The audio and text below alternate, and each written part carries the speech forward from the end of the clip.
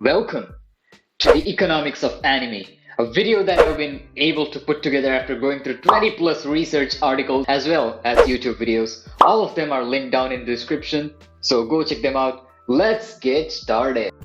As for anime's history, the first anime ever produced was in 1917, which is known as Namakura Gatana, and after that the first anime film to be broadcasted on television was The Three Tales in 1960, and the first TV series was Astro Boy in 1963. Soon, anime became quite popular both in Japan and overseas, especially in countries like USA and India, and turned into what it is today. Here are some recent facts about anime.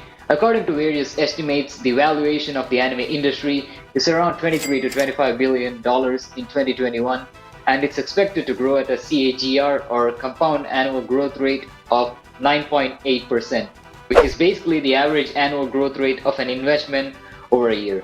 Pokemon is the biggest anime franchise with a net worth of $99 billion as of 2021.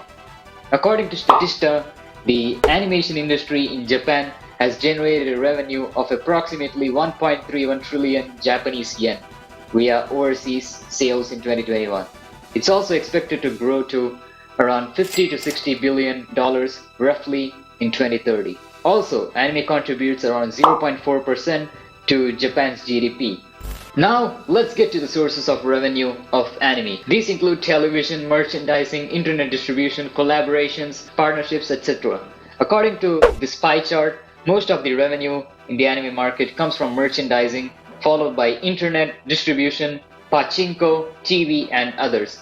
An average anime episode can take around $140,000 to $180,000 or even more to make. According to Masamune Sakaki, a CG creator from the industry, an average 13 episode season costs around 250 million yen to produce, which was about $2 million in 2015, and can be even more nowadays due to inflation, a phenomenon in which there's a general rise in the prices leading to a fall in the value of money. According to Takayuki Nagatani, a producer of Shirobako, the show cost around 500 million yen, which was about $4 million for 24 episodes. So the costs are high and the margins are thin, which leads us to the next segment.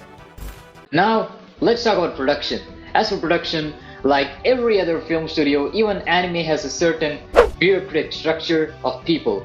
The anime produced can either be original or from a source like a manga or light novel, which is mostly the case. As I mentioned earlier, due to so many people involved, high production costs and thin profit margins, you guessed it, the animators are underpaid and overworked. Especially the people who do the in-between drawings. The in-between animators earn less than $2 per drawing, and according to the Japanese Animation Creators Association, an animator in Japan earns an average of 1.1 million yen, that is $10,000 per year in their 20s, and $19,000 in their 30s, and $31,000 in their 40s and 50s. And the poverty line in Japan is at 2.2 million yen. So for most of their lives, the animators are overworked, underpaid, and actually poor, and somewhat lucky if they get to live with their parents. There's a concept in microeconomics as well related to this. An anime studio is most likely a firm with monopolistic competition, and in this case the average revenue of a firm needs to exceed the average cost to make a profit. If both are equal, then firm makes a normal profit or break even, and if the average revenue is lesser than the average cost, then the firm makes a loss, which is why they have to cut a lot of the production costs. But even with such thin margins and suffering of the animators, why does Japan still make so much anime? And why do animators still continue to work? Here's why. Number 1. Anime is a growing industry. More and more people are watching anime nowadays, and it's also spreading to many countries. According to a survey, 50% of the Gen Z watches anime in the US, which is likely to increase with future generations. So the industry hopes to earn more money and make more profits. Number 2, competition and high risk, high reward nature. Producing anime is filled with high stakes and high competition. So if you do make profits, you make both lows, like Dragon Ball, Pokemon, Attack on Titan, etc. So with this hope, many anime studios compete and bet a lot of money in order to make it to the top. Number 3, finally, because of passion.